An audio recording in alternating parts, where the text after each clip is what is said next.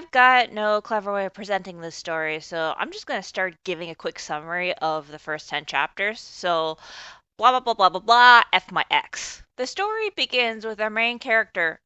Yeah, that. With Anu walking towards a restaurant? Pub? Walking to some food place with beer and running into the obviously male lead. Yeah, that too.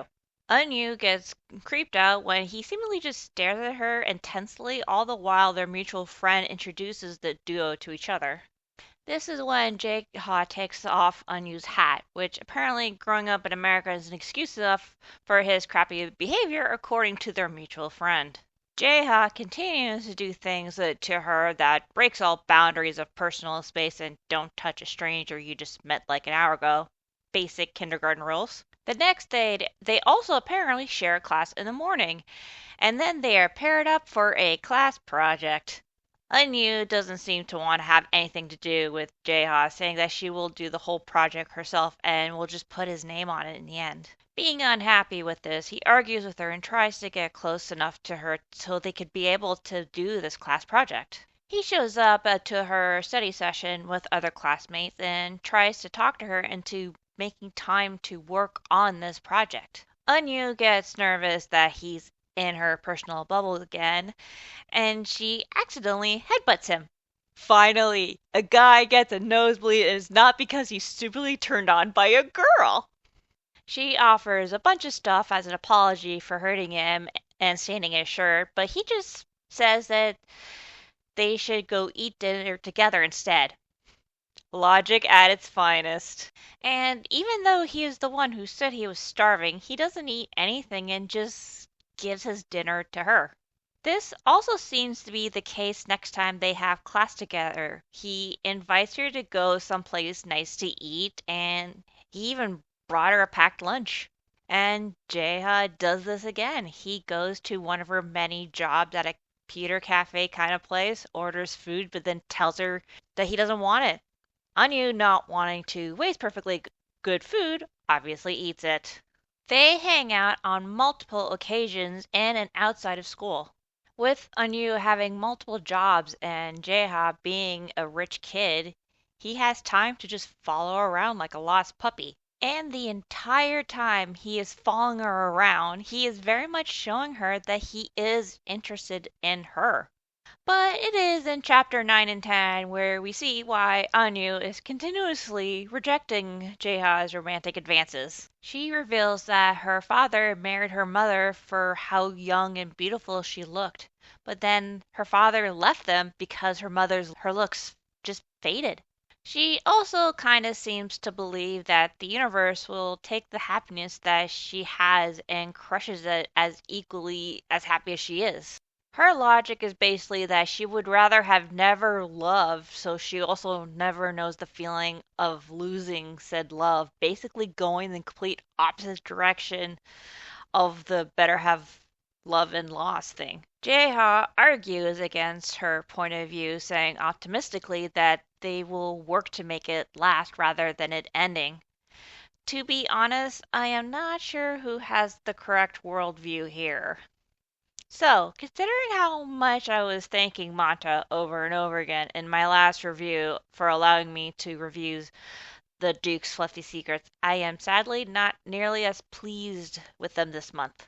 I'm not sure what happened, but they sent me another story, but then 2 days later, like, oh, sorry, do this one instead. And it's like, I was already half done the review, and I had to start over with a story that is twice as long.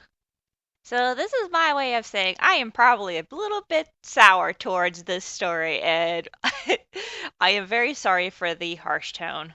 This is my way of apologizing to being harsher towards the story than it probably deserves. Though I think I was already kind of grumpy with how I summarized the story a little bit. Maybe. I'll talk about that in a little bit.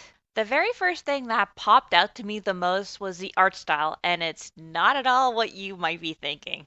It revolves around the background, the ground, and just objects that are shown to be in the forefront when the characters aren't there. Almost kind of like, you know, they don't belong. Now, it's been years since I've been in art school, and I have never really taken to drawing on the computer like the other students at my college, but I do hear things, and I think I have a guess as what's happening. From other videos that I've watched on YouTube about these vertical scrolling stories, that a lot of times, like the food looks very odd. And from what I little remember about that, it seems like some of these other YouTubers mentions that there is a way of taking a real life picture and making it look more cartoony somehow. I'm assuming that this is done to cut down on time so you can, you know, get the story out for people to read. And I have to say, as someone who was taught to draw by hand, it looks really, really weird. Again, when I was in school, we were taught that the longer you worked on your drawing, the more realistic it would be, and so better. I doubt anyone else would be as distracted as me while reading the story, but it is me wondering what happened and how they thought that this looked like it belonged in the world. Though maybe I am spoiled with how in anime the food looks so good, we kind of dubbed it just looking at it food porn or something like that. Plus, that one shot of them just standing and the ground is all oddly blurred is just strange. Even with the shadows being done correctly, it just looks like they're floating there. And again, this is just me being nitpicky personally. I know that unless the art is absolutely atrocious, it doesn't take people out of the story. Unless you are yourself, you don't see something, there is a chance you'll never actually see it. And sadly, I saw it, and once you see something, you kind of can't unsee it after. The next thing I'm pretty sure doesn't take other people out of it when they're reading it, but it did for me. Again, it bugged me more than it should have, sadly, and that is Jeha. This is also why I really hate reading romances, because when I do, I usually try to stick to fantasy and or historical ones specifically for a reason. Jeha is continuously pursuing a woman who seems to want nothing to do with him. He even says that he fell head over heels for Anya the moment he's seen her. He seems to invade her personal bubble. He seemingly is in the places that she shows up. He even tries to get her to do small things for something else. Granted, these are tiny things. He isn't acting like the creepy guy that I'm pretty sure only exists to be compared to Jeha, making the audience think he is better matched than the literal creepy stalker. Since this is taking place in modern day, we don't expect the same level of sexism and societal norms as we do with fantasy and or historical stories. Of course, this is also pretty flexible, situational based sometimes. In a previous review of mine for Under the Oak Tree, it both has the crappy society where women are treated like property and minorities, but we also see Riften actually trying to take into account what Maxie wants sometimes. Not that I am claiming that Jeha is forcing himself on her to the point of it being against the law, but she has on multiple occasions that said that she wasn't comfortable with his advances. And this bothers me, especially when I'm reading romances, because the character interactions with each other is kind of what you're supposed to be focusing on. There is a similar argument that I've heard from another YouTube video about the anime Scum's Wish, where we don't see a whole lot of these people's lives, yet the whole melodrama of the thing is just seems kind of odd. The exception here is Anu and her mother. This is just a huge melodrama created by these characters that seemingly have nothing else going on except for Anu. This again is probably why Jeha annoys me so much. He's a rich kid who doesn't need to struggle to live. His family is together and healthy, and as far as we know, hell, he studied in the US of A because no other reason that he just could. And of course, it's not like Anu doesn't find him attractive as well. She says so with her behavior and her words. But she is also more focused on getting her degree and working so that her mother can be happy and healthy. And that is extremely hard thing to do. She's going to school full time while working not only to support herself but her mother as well. She is someone who wants to be able to work hard. I doubt that her wanting to be a hard worker is anything completely healthy, but that is also the situation that she finds herself in, so this is also what we as the audience need to deal with. With all of this, you can already see the seeds of depression in Anu from the very definitive statements of not wanting to be in a relationship because she's afraid of becoming too happy, that it'll cripple her emotionally in the end, and her stubbornness for wanting to be completely independent. And speaking of Anu acting completely silly during this entire story, I have thoughts of an interesting way of making this story actually more compelling. I personally call this the Deadpool effect. Taking a not very exciting story and telling it out of order. I think this method would actually be very helpful for this story for multiple reasons. My number one reason why I think telling the story out of order would be helpful has everything to do with the name. In the first half, we wouldn't know why it's called F My Ex. Huge spoiler for anyone who wants to read this for themselves. So basically, the story is that the two date for pretty good length of time, and then she breaks up with them because her grief overwhelms her. Her mother, who we do see in the first 10 chapters, is sick. When Anu is about to graduate and working on applying for grad school, her mother asks her to take a year off and come back home to help her with her treatment. Anu reluctantly agrees to this, not telling Jae-ha. But not too long after this decision, while both mother and daughter are talking on the phone, the mother gets hit by a car. This sends Anu in a complete spiral mentally, and she even tries to spare Jae-ha, having to see her from self-destructing, thinking that he would be able to find someone else easily. During the time skip in the second half, they meet again, with Anu going by a completely different name. Now, if this is where the story began at the beginning of the time skip, and there were flashbacks of how they met and dated in college peppered into the story, it would make it more of an interesting read. Sadly, I didn't have the time to test this hypothetical scenario to see if this were truly gonna help make the story more interesting and palatable for the audience.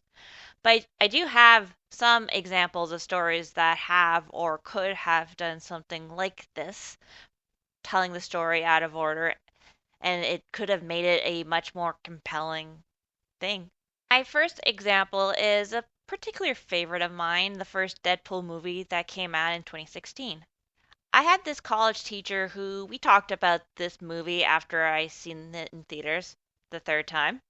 We talked about how the movie would have had been boring if it was told in chronological order. I would love to be able to cite a conversation from 10 years ago, but I can't. So instead, I thought of something else that might be even better. I remembered some years ago a YouTube video about the movie Passengers by Nerdwriter. He talked about how he rearranged the footage himself and watched it again as if it were the first time, and he found it to be extremely interesting. I can never give enough justice in summarizing Nerd Writer's video, so I will leave a link in the description so you can check it out yourself. But to use that as an example of how exactly I would be able to do what Nerdwriter suggested with Passengers, I would need the full webcomic to be out rather than the spoilers and the web novel I looked up while doing my research for this video. Though I can give some predictions as to how it might help make the story and the characters more interesting. For Anu, you would see her at her rock bottom from the beginning, full into depression, allowing herself to be treated like she is by Jeha. It's that then pepper in the scenes of her unhealthy lifestyle from her college days and also her biggest blow from her mother's accident, it could make her more understandable with the choices she's made, even if foolish. As for Jeha, you would see him first as a jerk, obviously, but with the past being peppered in, you will hopefully have a way softer view of him because of the forceful way he acts to compared to how sweet and tender he was with her before. That is my personal opinion, but it is exactly how I would have written the story or at least edited it if it were up to me. I did not write this at all, so my viewpoint shouldn't color if you are at all interested in reading this. F My Ex feels a lot like what I heard K dramas are like, though I've never watched it. It's a modern day story with realistic scenarios with very human characters, and if you are interested, then you should check it out. Hell, I might be completely wrong and an idiot for being so critical of this. So, if I am, why not go in the comment section and tell me all about it? F My Ex is available on Manta. And always remember to support the official release. We who make such entertainments and even pretty looking things do need to be paid for our work, and we would love to be able to continue to make these entertainments and pretty things. My job is to help you find said stories and hopefully spread stories to others, and it is very much a privilege to do so.